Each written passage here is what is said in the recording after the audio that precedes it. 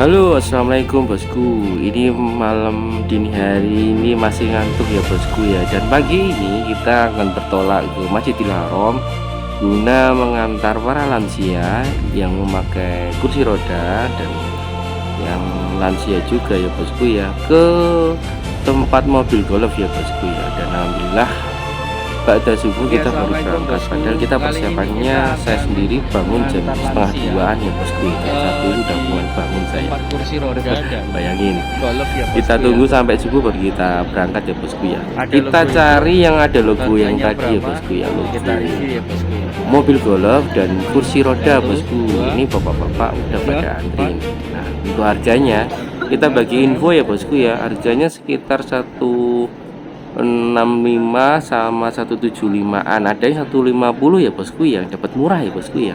Alhamdulillah.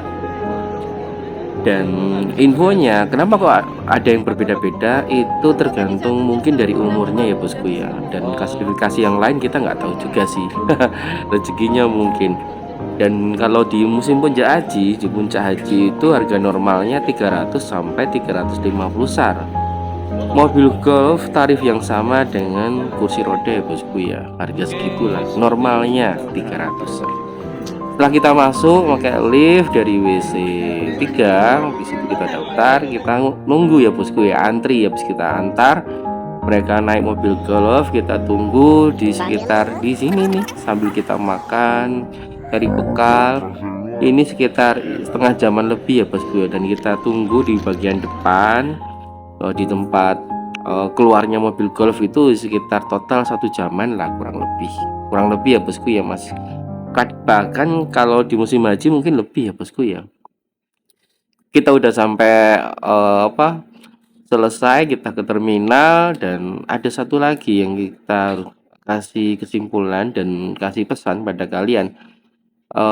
Haji itu tidak bisa diprediksi ya bosku ya, dan haji itu bukan cuma kita sendiri, ternyata ada banyak kenangan, ada banyak memori, ada banyak cerita ketika kita di sana. Haji itu harus berbagi ya bosku ya. Karena apa? Kalau kita sendiri mungkin ya itu saat ya kita mutlak kita sendiri dapatnya pahala, tapi mungkin kalau kita itu berangkat bersama akan jauh lebih banyak pahala kita ya bosku ya. Dan perlu kalian ketahui, hal seperti ini enggak semua orang itu bisa menemuinya. Jadi ini saya memang sharing, berbagi pengalaman buat kalian yang belum pernah.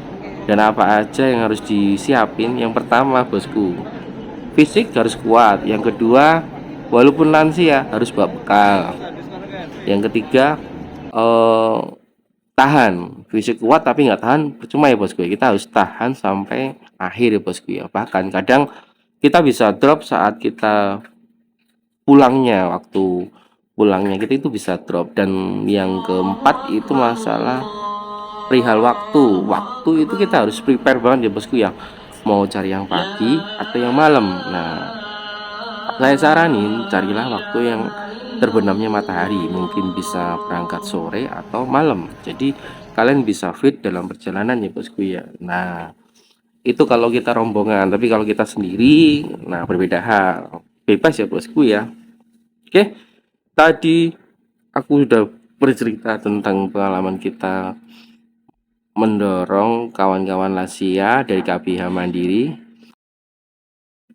dan alhamdulillahnya mereka merapal ya bosku ya, tawaf ifadah dan juga tawaf wada. Jadi kita nggak harus mengantar untuk kembali tawaf atau sa'i lagi ya bosku ya. Jadi udah terakhir, udah berpamitan, udah berpisah, udah tawaf perpisahan ya bosku ya.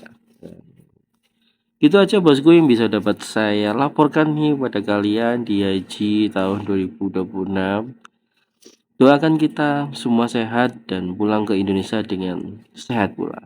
Barakallahu fiik.